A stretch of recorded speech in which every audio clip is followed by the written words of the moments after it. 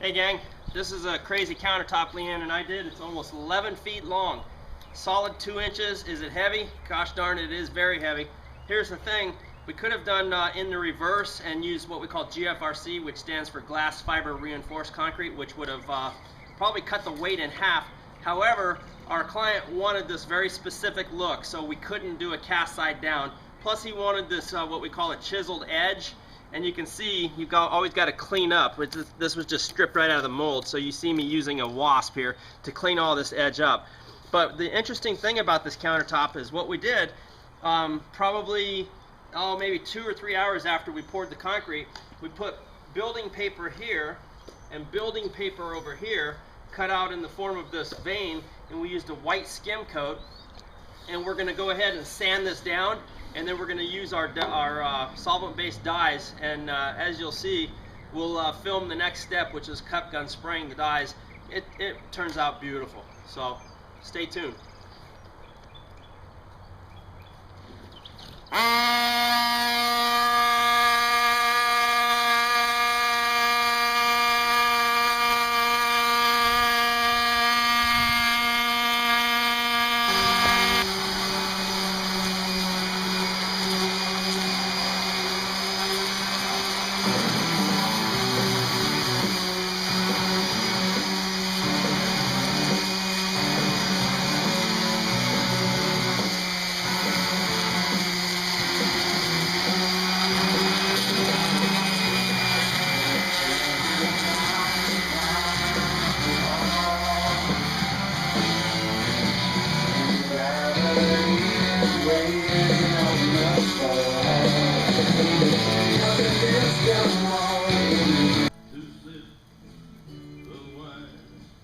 Alright, what I'm doing now is I'm just, I made up a little cement slurry, and I'm just filling a few of the little pinholes and bug holes. Isn't mandatory.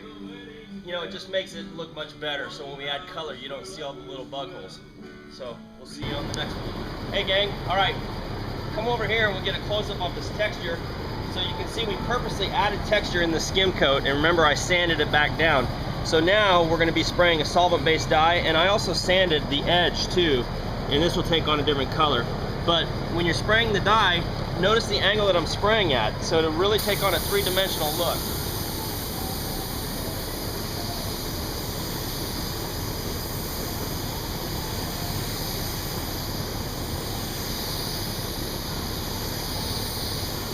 Look how 3D it looks just by creating that texture. And of course our client wants a nice build of epoxy, so it'll look totally three-dimensional.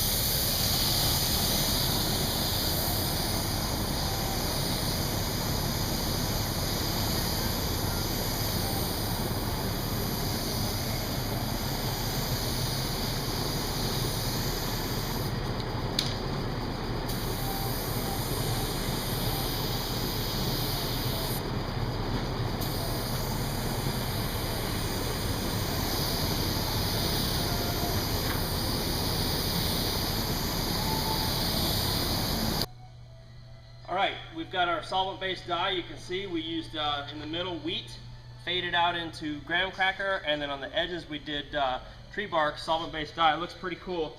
Now look, what I'm going to do is I'm going to pour a ribbon of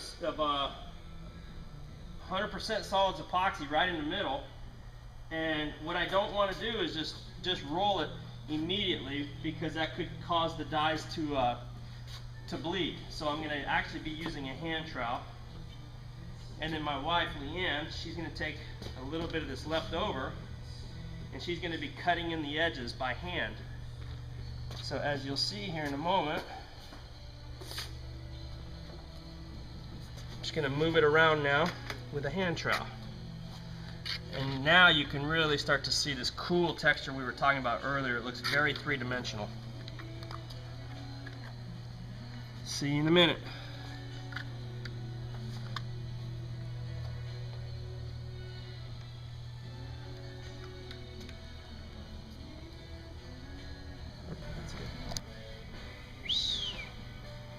puppy, Zeke boy, our concrete puppy.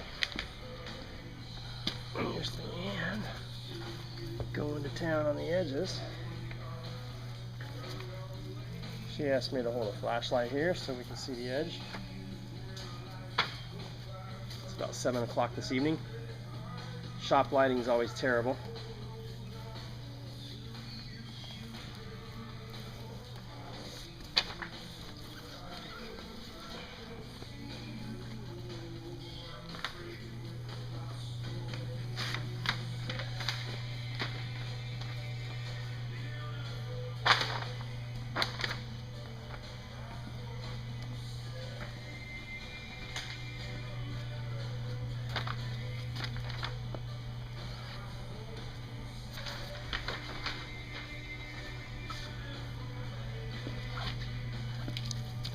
Normally you hear Bob's voice on this video, but he's traveling, so I just wanted to complete the session. This countertop is complete, and to recap, we sealed it with 2 coats of 100% solids epoxy, sanded in between coats. We then applied an extremely durable and scratch-resistant water-based polyurethane. The client absolutely loves it, which is makes us happy as well. And we thank you for watching and participating with us. We'll see you soon, and we'll keep you updated on projects. And being that I have a short stature, I will give you a little bit of a bird's eye view by standing on a step stool.